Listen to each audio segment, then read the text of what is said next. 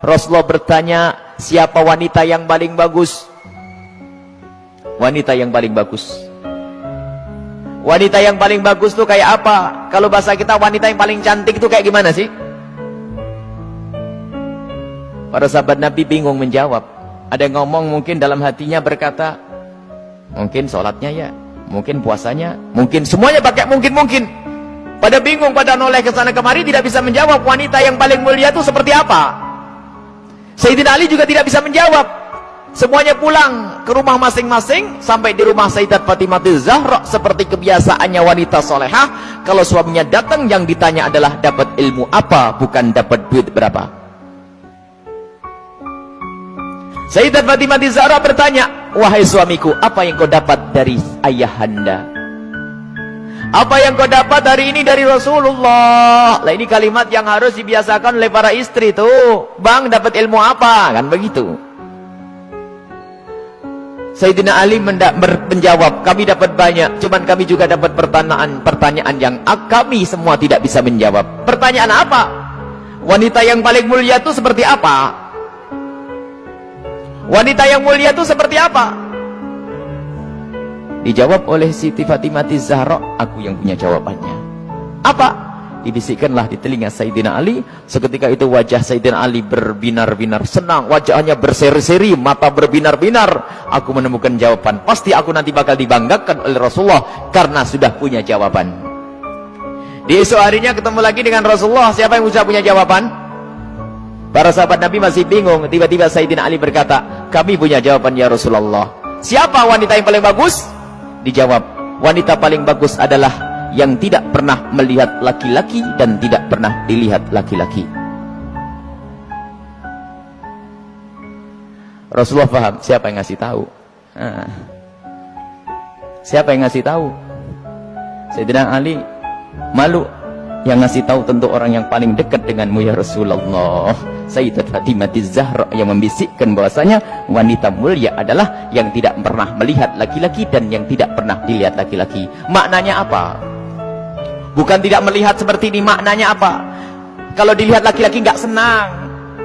Dan kalau ada laki-laki tidak penasaran, siapa itu? Oh hidungnya, oh bukan itu rendah.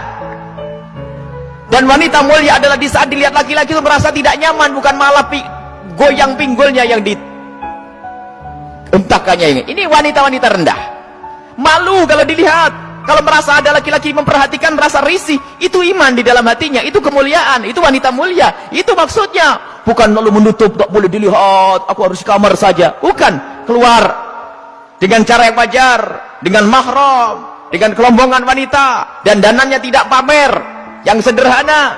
Akan tapi lihat, di saat diperhatikan laki-laki merasa risih hatinya. Kalau semua yang ada di tempat ini merasa seperti itu, itulah pecinta Sayyidat Fatimah yang sesungguhnya.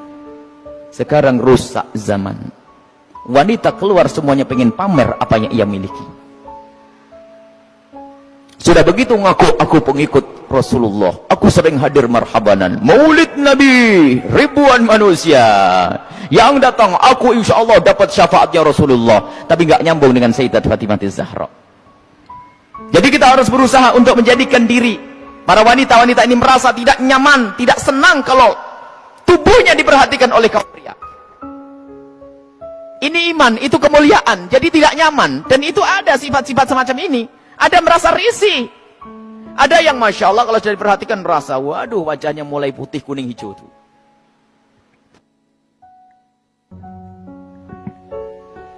Ada kalau sudah diperhatikan laki-laki berubah semuanya. Mulai cara berjalannya, mulai cara ininya Masya Allah.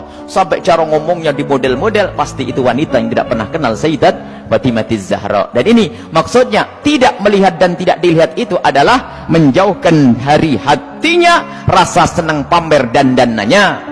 Sampai suara pun dijaga. Suara dijaga Sayyidat Fatimah Zahra, suara dijaga, dan rasa malunya sangat tinggi Sayyidat Fatimah Zahra. Sangat malu, pemalu beliau itu. Pernah suatu ketika berada di teras rumah, bukan di teras, karena rumah jangan dianggap kayak rumah kita. Sebab rumah Rasulullah dengan Sayyidat Fatimah Zahra kalau digambarkan, kalau Masjid Nabawi ini segede ini dulu tuh. Masjid Nabawi kurang lebihnya seperti ini, seperti Masjid Taqwa ini sebelum dikembangkan. Jadi rumah Rasulullah itu Rumah Sayyidat Fatimah Zahra ada 5x5 di situ. Seberangnya ada rumahnya Sayyidi Aisyah, di belakangnya ada rumahnya Sayyidah Saudah. Kemudian nanti istri Rasulullah yang lainnya ada dijajar begitu. Jangan dianggap rumahnya di kampung sana, di kota sini, bukan. Jadi rumahnya hanya kecil-kecil begitu. Sehingga ada fitnah yang pernah disebar bahwasanya Siti Fatimah Zahra pernah ditendang Sayyidina Umar bin Khattab. Ini kan fitnah pada Sayyidina Umar. Memangnya nggak ada yang denger yang lainnya. Kecil begini, kalau sampai Siti Fatimah sampai jerit-jerit nangis pasti kedengaran. Ada ya sekelompok orang yang berdusta mengatakan Siti Fatimah Zahra meninggal karena dipukul oleh Sayyidina Umar bin Khattab, perutnya sampai keluar. Ini lucu cerita ini. Dipikir rumahnya itu di kampung sana ya, kampung sini, bukan. Itu loh rumah Siti Fatimah. Kalau ada di sekitar masjid ini, mepet. 5x5, 4x3, rumahnya itu rumah dipikir rumah kayak apa begitu, bukan. Jadi rumah Rasulullah dan semua keluarganya itu kalau dikumpulkan hanya 200 meter. Allah. Dan sangat sederhana. Lah itulah, suatu ketika Sayyidat Fatimah Zahra berada di depan kamar, di depan rumah bersama Asma binti Umais. Asma binti Umais itu adalah bekas istrinya Ja'far At-Tayyar. Di saat itu ada jenazah yang lewat. Dan di saat ada jenazah yang lewat, tiba-tiba Siti Fatimah menangis. Dan menangisnya nggak kira-kira. Sampai Asma ketakutan. Kenapa wahai binti Rasulillah, wahai putri Rasulullah, engkau menangis seperti itu? Ada apa? Kenapa engkau menangis? Baru setelah reda bisa menjawab, aku menangis, aku nanti pasti akan mati. Tentu engkau akan mati. Engkau akan mati. Bukan masalah kematian, tetapi aku tidak ingin nanti seperti itu. Kenapa dia? Lihat, semua orang yang meninggal akan diperlakukan seperti itu, dibungkus dengan kain kafan, lalu diangkat di kepalanya manusia, lekuk-lekuk tubuhnya terlihat. Alangkah malunya aku nanti jika aku mati, lalu diangkat di atas kepala manusia, lalu lekuk-lekuk tubuhku terlihat. Oh, mikir lekuk tubuhnya. Subhanallah.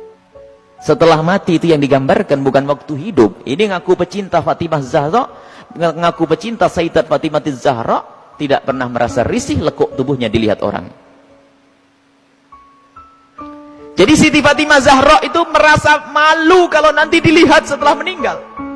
Lalu Asma bercerita, wahai Fatimah, waktu aku di Habasyah, aku melihat ada orang itu, kalau ada orang meninggal, itu dibuatkan satu kotak. Kemudian mayat dimasukkan ke dalam kotak, kemudian ditutup pelepah korma, sehingga tidak kelihatan itu. Kalau bahasa kita keranda. Mendengar jawaban seperti itu, Sayyidat Fatimah Zahra sangat senang dan menyambut dengan kegembiraan. Asma, aku berwasiat, kalau aku mati nanti, tolong dibuatkan aku seperti itu. Dan akhirnya setelah Sayyidat Fatimah Zahra meninggal, Asma sendiri yang membuat untuk Sayyidat Fatimah Zahra. Dan inilah di dalam sejarah disebutkan bahwa pertama kali orang pakai keranda di dalam Islam adalah Sayyidat Fatimah Zahra.